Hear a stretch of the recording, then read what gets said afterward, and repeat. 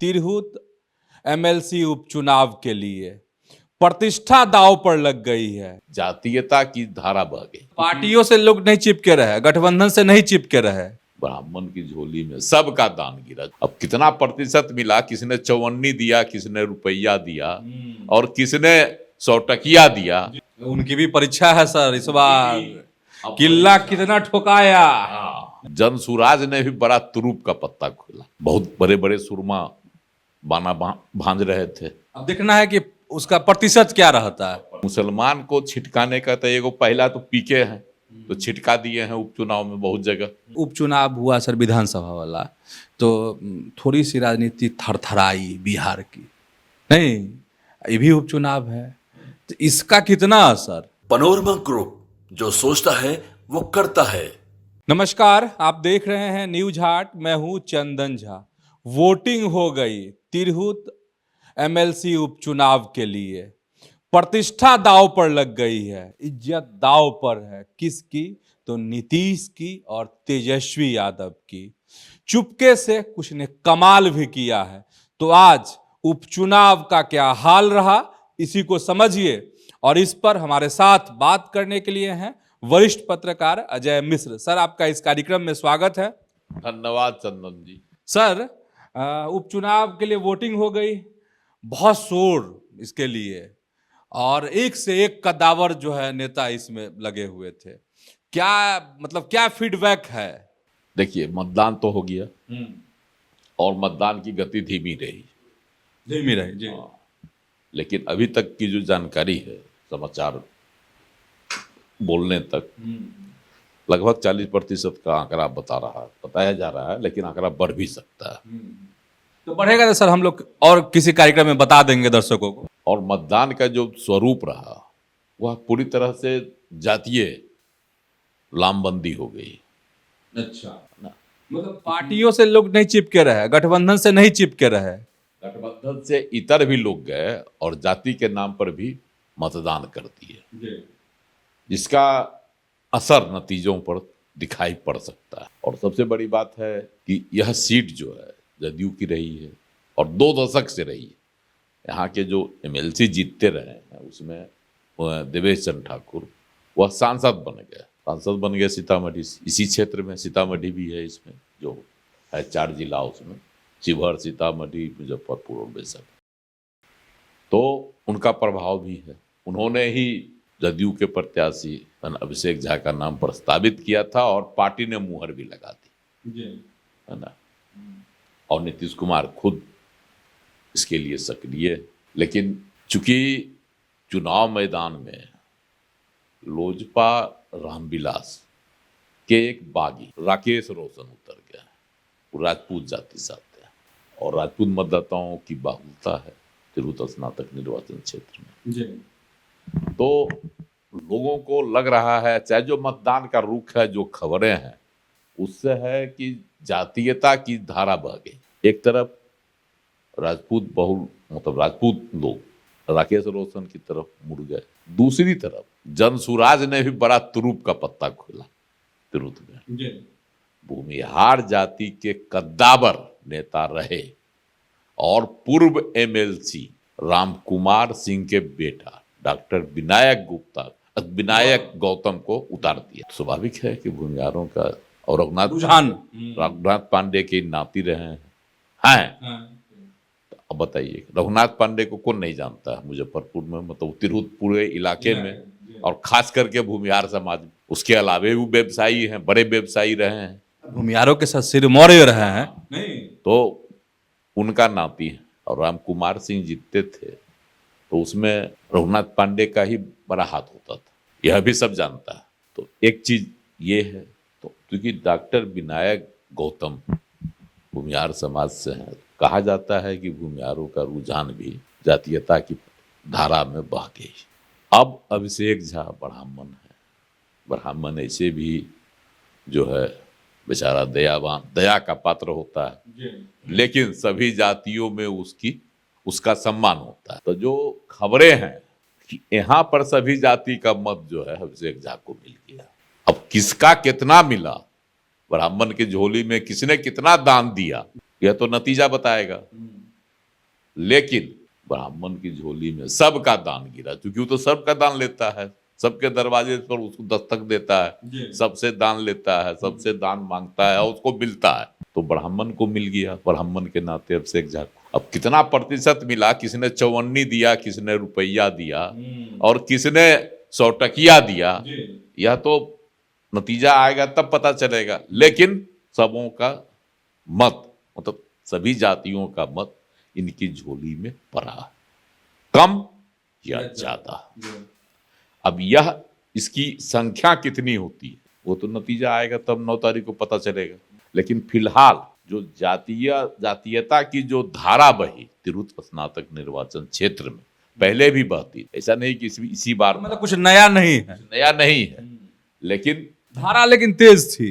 लेकिन पिछली बार के चुनाव में जो होता था उसमें ध्रुवीकरण होता था, इस बार ध्रुवीकरण नहीं हुआ। जो खबरें हैं, ध्रुवीकरण नहीं हुआ, पार्टी लाइन से भी हटकर लोगों ने मतदान कर दिया। तो अब इसमें अब राकेश रोशन है, क्षत्रिय समाज से हैं, उनके पक्ष में जो है बहुत बड़े बड़े सुरमा बाना भांज रहे थे। अब तो पता चलेगा जब रिजल्ट आ जाएगा तब, तो बाना कितना भांजे और कितना कामयाब हुआ, तब रिजल्ट आ जाएगा तब पता चल जाएगा। लेकिन इनको भी जो है समाज ने स्वीकारा जो खबर है। अब देखना है कि उसका प्रतिशत क्या रहता है, प्रतिशत क्या रहता है और कितना ये हासिल करते हैं। लेकिन दमदार प्रत्याशी बने हुए हैं मतदान के बाद। जनसुराज वाले तो हैं ही, बता ही दिए आप, के तो पूरे आसान्वित हैं कि 4 विधानसभा क्षेत्रों में जो उपचुनाव हुआ उसमें जो इनकी सदगति हुई उसकी भरपाई तिरहुत से हो जाए, तक निर्वाचन क्षेत्र के उपचुनाव में हो जाएगी। ये आसान्वित है पीके। अब तो नतीजा बताएगा, क्योंकि कैंडिडेट बड़ा दमदार दिए थे, इसमें दो मत नहीं। और इसका कितना असर पड़ता है तो नतीजा बदल, तो मतदान होगी अब क्या। और इधर देवेश चंद्र ठाकुर किल्ला ठोक के चुनाव लड़ते हैं और जीतते हैं। उनकी भी परीक्षा है सर इस बार, किल्ला कितना ठोकाया, किल्ला ठोक के लड़ते हैं। लोकसभा चुनाव में भी लोग कह रहा था कि वो तो हार जाएंगे, ब्राह्मण है, ये है, वो है। सीतामढ़ी से ब्राह्मण को दे दिया गया टिकट, वो कहाँ से जीतेंगे जदयू से। वैश्य में असंतोष है, यादव राजद के साथ है, मुस्लिम राजद के साथ है, और सीतामढ़ी कंस्टिट्यूएंसी में, संसदीय क्षेत्र में मुस्लिम और यादवों की बाहुलता है। वहां से एक ब्राह्मण कैसे जीत जाएगा। लेकिन वो तो जीत के दिखा दिए, ये भी दावा कर दिए कि हम अब यादव और मुसलमान का काम नहीं करेंगे, काहे बस हमको वोट नहीं दिया। इसका मतलब है कि उनको अन्य जातियों ने वोट दिया, जिसके बदौलत वह जीते। उन्होंने साफ जाहिर कर दिया था। उसका असर हमने पहले भी कहा था कि ब्राह्मण सबका भिक्षा लेते हैं। यहाँ जातीयता की धारा ब्राह्मण को कभी नहीं रास आती है, तो सब कर लेते हैं भिक्षा। अगर सबकी भिक्षा ब्राह्मण की झोली में पड़ गई होगी, जैसा देवेश चंद्र ठाकुर को पड़ा लोकसभा चुनाव में, तब तो अभिषेक झा की बल्ले बल्ले हो सकती है। लेकिन कहीं अगर इसमें छिटकाव हुआ, बिखराव हुआ, और बहुत देखते हुएगा कि ब्राह्मण जब जाता है दरवाजे पर तो कहा जाता है जा जाओ, अब नहीं देंगे, पैसा नहीं है। तो कहीं इस तरह का हाल हुआ होगा तब तो मुश्किल स्थिति हो जाएगी। लेकिन उसमें बाजी मारने की संभावना बढ़ जाएगी गोपी किशन की। अरे वाह, तेजस्वी के प्रत्याशी वहां जो है नीतीश पर भारी पड़ सकते हैं। गोपी किशन वैश्य हैं, वैश्यों का वोट मुजफ्फरपुर में भी है, वैश्यों का वोट और सीतामढ़ी में भी है, शिवहर में भी है, वैशाली में भी है। ये वैश्य सब अगर एकजुट होकर कि चलो भाई हम अपना इस बार वैश्य रहे और यादव लाठी लेके खड़ा हो गए, मुस्लिम अपना जो है तैयार हो गए, तब तो कहानी पलट सकती है। सर मल्लाह भी, चूंकि नहीं आई भी तो सकते हैं, लेकिन मल्लाहर का वोटर कम होगा। हाँ, चूंकि मेन वोटर जो है यही लोग हैं ज्यादा। लेकिन मुसलमान को छिटकाने का तो एगो पहला तो पीके है, तो छिटका दिए हैं उपचुनाव में बहुत जगह राजद से। वहां तो AIMIM ने अपना प्रत्याशी दे दिया एहतेसामुल हसन रहमानी, ये उतरे हुए। ऐसे तो 18 गो है, लेकिन मुख्य रूप से 4-5 लोग हैं। अब AIMIM कितना काटता है मुसलमान के नाम पर, क्योंकि जो है उसके सुरमा जो है, उसके जो सब कुछ है, सर्वे सर्वा जो है, ओवैसी साहब किस तरह से तरफदारी करते हैं अपनी कौम का, और जिस तरह से उनकी सभाओं में मुस्लिम एकजुटता दिखाई पड़ती है। अगर क्षेत्र के मुसलमान इनके उम्मीदवार के प्रति एकजुटता दिखा दिए तो ये भी बेचारे मुकाबला में आ सकते हैं एहतेसामुल हसन रहमानी। लेकिन ऐसा नहीं रहा है अभी, नहीं दिखा, नहीं इस तरह की खबर नहीं आई कहीं नहीं। यहाँ तो छोड़ दीजिए, अभी जो 4 जगह उपचुनाव हुआ, कहीं आया? चारों जगह उनका प्रत्याशी था, वोट भले काट लिया लेकिन रेस में नहीं रहे। तो यहाँ भी रेस में नहीं रहेंगे, लेकिन कुछ वोट तो काट ही लेंगे। तो इसका घाटा होगा किसको?